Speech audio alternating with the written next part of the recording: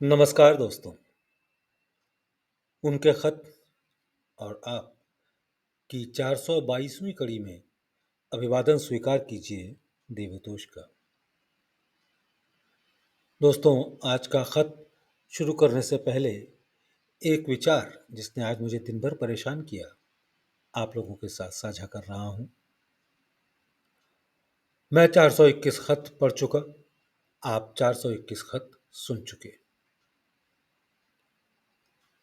दिमाग में मेरे अचानक बाबूजी का वो खत आ गया जिसमें वो लिखते हैं, उमूमन देखा ये गया है कि मेरे खत आप लोग पढ़ते हैं, वाह वाह करके किनारे रख देते हैं और ये भूल जाते हैं कि आपको करना क्या है। कहीं हम लोग या मैं तो उस कैटेगरी में नहीं हूँ कि लेटर पढ़ दिए और किनारे रख दिए, वाह वाह कर लिया और उसके बाद अगले खत पढ़ने की तैयारी। ये एक बहुत बड़ा प्रश्न आज मेरे सामने खड़ा हुआ। आप लोगों के साथ साझा कर रहा हूँ कि क्या हम लोग तो उस कैटेगरी में नहीं हैं। चलिए आज का खत पढ़ता हूँ। खत की तारीख 26 फरवरी साल 1957। प्रिय भाई, आपका स्नेहपूर्ण खत जिसमें तारीख नहीं लिखी हुई थी, मेरे लिए बहुत सांत्वना लेकर आया। मेरे प्रति आपकी भक्ति बढ़ती जा रही है और इस मामले में मेरी बहन ने भी कई अन्य लोगों के बीच अपना एक अलग उदाहरण स्थापित किया है। मुझे लगता है कि उनकी फीलिंग पावर, चाहे जो भी हो, वो निकट भविष्य में मिशन की प्रशिक्षक बन सकती हैं। मेरे गुरुदेव की कृपा से किसी को इस काम के लिए तैयार करना मेरे लिए आसान है, लेकिन जब तक प्रशिक्षण के लिए महिलाएं तैयार न हों, उनको एक साथ उस स्तर तक लाने में कोई फायदा नहीं है। आप में विश्वास की बिल्कुल भी कमी नहीं है और ये एक उच्च आध्यात्मिक उन्नति के लिए आवश्यक है। एक बच्चा जिसकी लंबाई 6 फुट तक बढ़ जाती है, पहुंचकर बूढ़ा हो जाता है, लेकिन वो हर दिन ये महसूस नहीं कर सकता कि उसकी इतनी लंबाई बढ़ गई। इसी प्रकार एक शिष्य अपने वास्तविक हालत को नहीं जान सकता, बल्कि केवल शांति की अधिकता और अशांति की न्यूनता आदि के संकेतों को ही जान सकता है। वास्तविक हालत का गुरु को ही ज्ञान होता है, जो शिष्य को अलग अलग रीजन्स में ले जाता है। मैं स्वयं अपनी हालत को वास्तव में नहीं जानता था, लेकिन मेरे लिए एक प्रकार की स्वाभाविक बात थी कि मैं अपनी स्थिति को उस क्षेत्र के लिए अपने शब्दों में व्यक्त करता था, जिसे वह विशेष रूप से संबंधित होती थी। वर्तमान में मैं अपनी अवस्था को जानता हूँ, क्योंकि ये मेरे गुरु ने मुझे बताई है। यदि आप मुझसे उस स्थान के बारे में उस स्थान की स्थिति के बारे में पूछेंगे, तो मैं चुप रह जाऊंगा, मौन रह जाऊंगा, क्योंकि वहाँ अनुभव करने के लिए कुछ भी नहीं है। अनुभव शक्ति भी विदा हो चुकी है, पावर ऑफ फीलिंग पावर भी विदा हो चुकी है और मैं एक प्रकार से पत्थर के समान जड़ हो गया हूँ।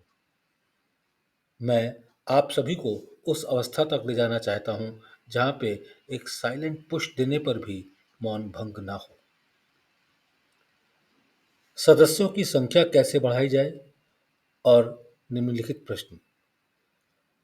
आपने मुझे लिखा कि क्या केवल गुरु पर विश्वास दूसरों में मिशन से जुड़ने का विश्वास जगाने के लिए पर्याप्त है। मैं उस वाक्य में एक शब्द जोड़ूंगा, वो है स्वयं पर विश्वास। मेरे गुरु की शिक्षा ही वास्तव में हृदय को प्रभावित करती है, प्रशिक्षकों का अनुभव नहीं। मेरे पास एक डायरी है जो मैंने अपने गुरु को लिखी थी। कई लोग इसको पढ़ चुके हैं, लेकिन उन्हें शिक्षा और सत्संग के अलावा किसी और चीज ने आकर्षित नहीं किया। अनुभव हमेशा भिन्न होते हैं, क्योंकि प्रत्येक की प्रकृति दूसरे से भिन्न होती है। सूर्य जब चमकता है और उसकी किरणें जमीन पर रंगीन कांच पर पड़ती हैं, तो ये एक अलग अनुभव प्रदान करती हैं। हमसे जो अपेक्षित है वो है कि हम सच्ची भावना से चीज़ों का पालन करें और साथ ही वर्तमान की मनःस्थिति की तुलना उस अतीत से करें जब हमने अभ्यास शुरू नहीं किया था। अगर फिर भी कोई अनुभवों पर जोर दे तो एफिकेसी ऑफ राजयोग और रियलिटी एट डॉन में बहुत सारी बातें बताई गई हैं। मनुष्य को असल की प्राप्ति के साथ ही जीवन में प्रवेश करना चाहिए। जब आप सिटिंग देते हैं तो अभ्यासी के सामने निश्चल होकर न बैठें, बल्कि आत्मविश्वास और साहस के साथ मुझे अपनी जगह बैठाएं। दीक्षा के बाद, इनिशिएशन के बाद कंपन महसूस होता है। ऐसा इसलिए होता है क्योंकि वह शक्ति जो हमेशा से काम कर रही थी अब शांत हो गई है और आपके अस्तित्व का अंग बन गई है। सिटिंग देते समय कभी कभी शिष्य में के हृदय में शक्ति का प्रवेश होता है और उसे ये महसूस होता है और कभी कभी नहीं।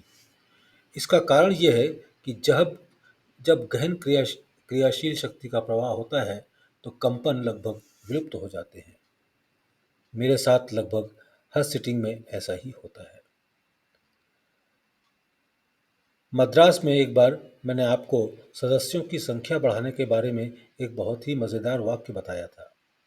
वो ये था, मस्तिष्क में जहर घोलते रहो और परिणाम तुम्हारे पक्ष में होगा। मुझे यकीन है कि आप अभ्यासी की आंतरिक स्थिति को यदि पूरी तरह से नहीं तो वर्तमान में महसूस करेंगे। आप उनमें कम से कम ये देख सकते हैं कि उनकी सतह चिकनी है या ठोस या स्थूल। उनके हृदय में झांकें और आपको ये बातें पता चल जाएंगी। मैं आपको एक बात और बताता हूँ। जब आप सिटिंग देंगे तो आपको लगेगा कि कोई दिव्य शक्ति आप पर आ रही है।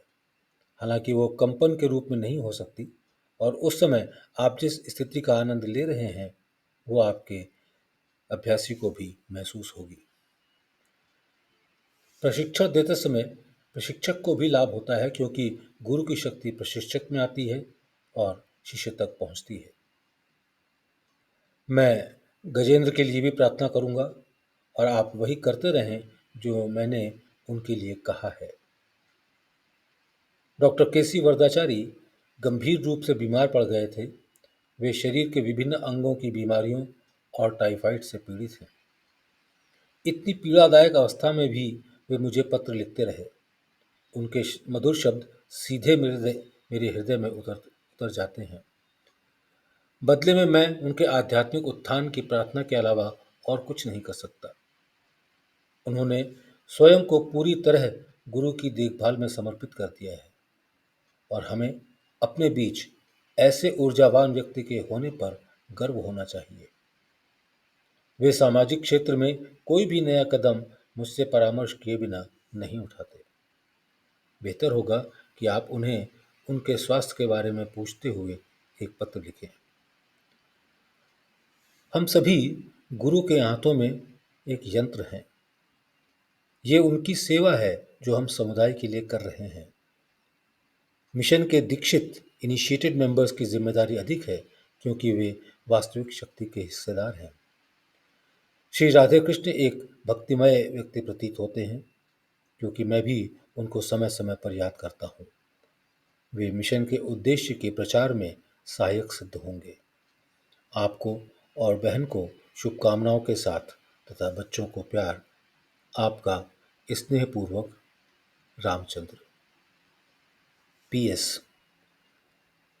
मैंने आपको अपनी अनुभूति शक्ति विकसित करने के बारे में फीलिंग पावर मैंने आपको अपनी अनुभूति शक्ति विकसित करने के बारे में बहुत सी बातें बताई, लेकिन ये बहुत अजीब है कि प्रशिक्षकों में आप ही एकमात्र व्यक्ति हैं जो शिकायत करते हैं कि आप में अनुभूति शक्ति की कमी है, जबकि आप में भी दूसरों की तरह विश्वास और मेरे प्रति निष्ठा है।